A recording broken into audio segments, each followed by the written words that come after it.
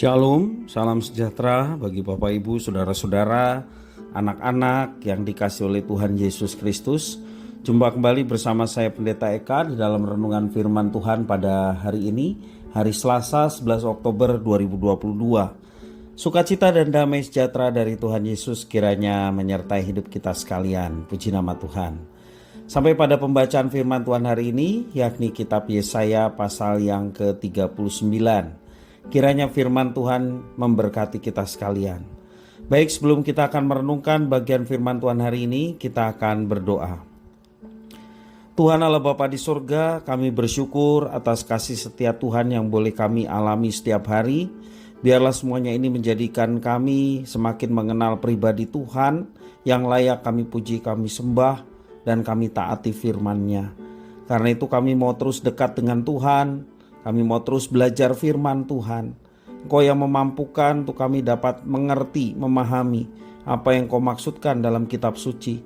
Kau juga menolong kami untuk kami dapat terapkan dalam hidup kami. Terima kasih Bapa, terpujilah nama-Mu. Demi nama Tuhan Yesus kami berdoa. Haleluya. Amin. Yesaya 39 ayat 1-8 demikian firman Tuhan. Pada waktu itu Merodak Baladan bin Baladan Raja Babel menyuruh orang membawa surat dan pemberian kepada Hizkia. Sebab telah didengarnya bahwa Hizkia sakit tadinya dan sudah kuat kembali. Hizkia bersukacita atas kedatangan mereka, lalu diperhatikannya lah kepada mereka gedung harta bendanya, emas dan perak, rempah-rempah dan minyak yang berharga, segenap gedung persenjataannya dan segala yang terdapat dalam perbendaharaannya. Tidak ada barang yang tidak diperlihatkan Hizkia kepada mereka di istananya dan di seluruh daerah kekuasaannya. Kemudian datanglah Nabi Yesaya kepada Raja Hizkia dan bertanya kepadanya, "Apakah yang telah dikatakan orang-orang ini dan dari manakah mereka datang?" Jawab Hizkia, "Mereka datang dari negeri yang jauh, dari Babel." Lalu tanyanya lagi, "Apakah yang telah dilihat mereka di istanamu?" Jawab Hizkia, "Kuperlihatkan kepada mereka di perbendaharaanku." Lalu Yesaya berkata kepada Hizkia, "Dengarkanlah firman Tuhan semesta alam. Sesungguhnya suatu masa akan datang, bahwa segala yang ada dalam istanamu dan yang disimpan oleh nenek moyangmu sampai hari ini akan diangkut ke Babel. Tidak ada barang yang akan ditinggalkan. Demikian firman Tuhan. Dan dari keturunanmu yang akan kau peroleh akan diambil orang untuk menjadi sida-sida di istana Raja Babel." Hizkia menjawab kepada Yesaya, "Sungguh baik firman Tuhan yang engkau ucapkan itu.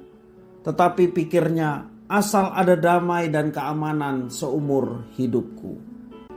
Bapak Ibu, saudara-saudara yang dikasihi oleh Tuhan Yesus Kristus, kesombongan manusia adalah awal dari kehancuran.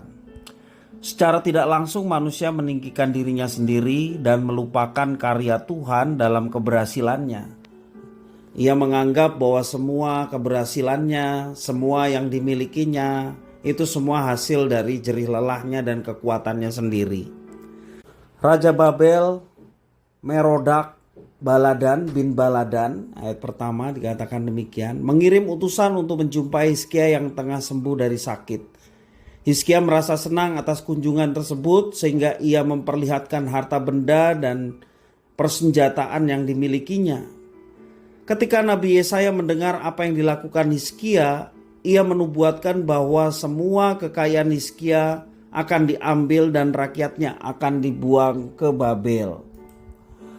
Ketika Hizkia dengan sukacita menjumpai utusan Raja Babel dan tergoda untuk menunjukkan kebesarannya dengan memperlihatkan semua harta benda yang dimiliki kerajaannya, hal itu didasari oleh keinginannya untuk mencari nama besar di depan utusan Raja Babel.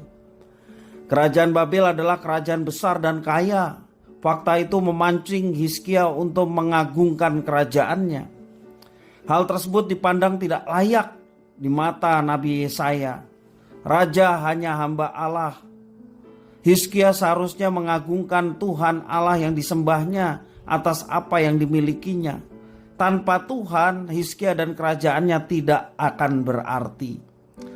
Untuk menyadarkan Hizkia, Nabi Yesaya menegurnya lewat nubuat bahwa semua kekayaan, semua rakyatnya akan ditawan oleh kerajaan Babel. Ketika semuanya itu tidak ada lagi kebanggaan Hizkia. Dan apa yang dinubuatkan Yesaya adalah cara Tuhan menegur kesombongan Hizkia. Maka Hizkia pun menerima teguran tersebut dan mengakui segala kekeliruannya.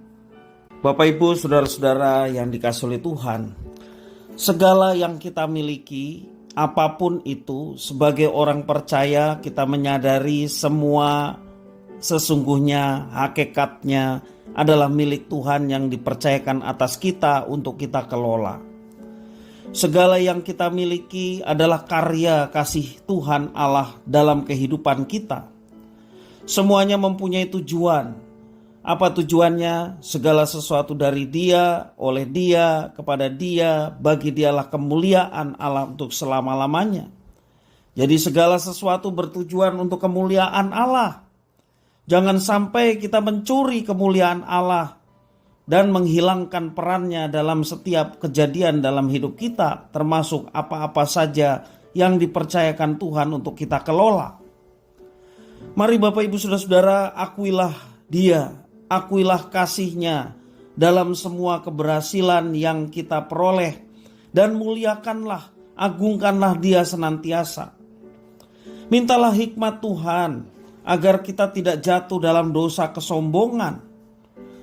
Kita mencuri kemuliaan Allah dan kita merasa bahwa apa yang kita dapatkan, keberhasilan yang kita peroleh, semua karena keberhasilan, kemampuan, kepandaian, dan segala jerih lelah yang kita kerjakan.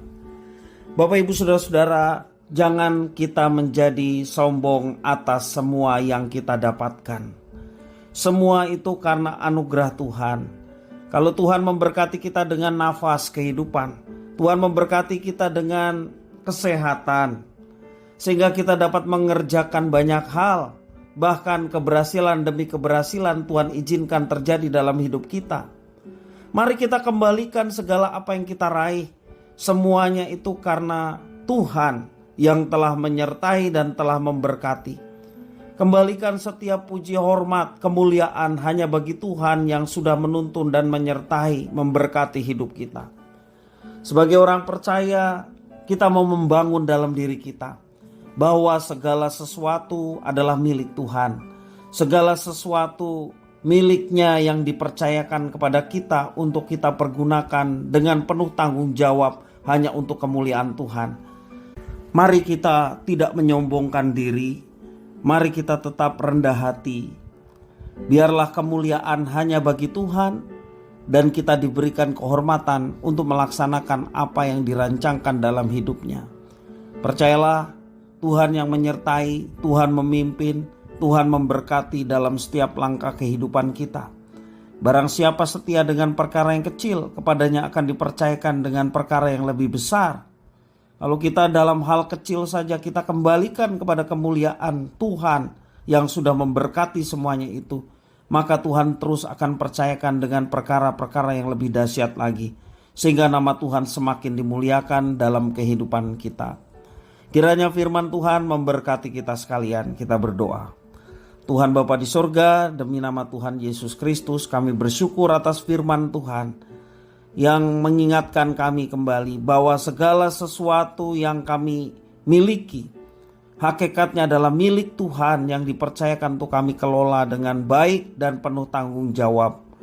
Karena itu Tuhan, kami tidak mau sesumbar, kami tidak mau menjadi sombong, arogan, tetapi kami mau belajar tetap rendah hati, tetap mengakui bahwa segala sesuatunya karena berkat dan anugerah Tuhan, dan kami dipercayakan untuk menikmati semua apa yang dipercayakan, dan kami mau mempergunakan apa yang dipercayakan Tuhan dan mengelolanya untuk kemuliaan Tuhan dan untuk kerajaan Tuhan. Terima kasih ya Tuhan atas firman-Mu, mampukan kami untuk kami menjadi pelaksana-pelaksana firman Tuhan dalam hidup kami. Terpujilah nama-Mu Bapa, demi nama Tuhan Yesus Kristus kami berdoa. Haleluya. Amin.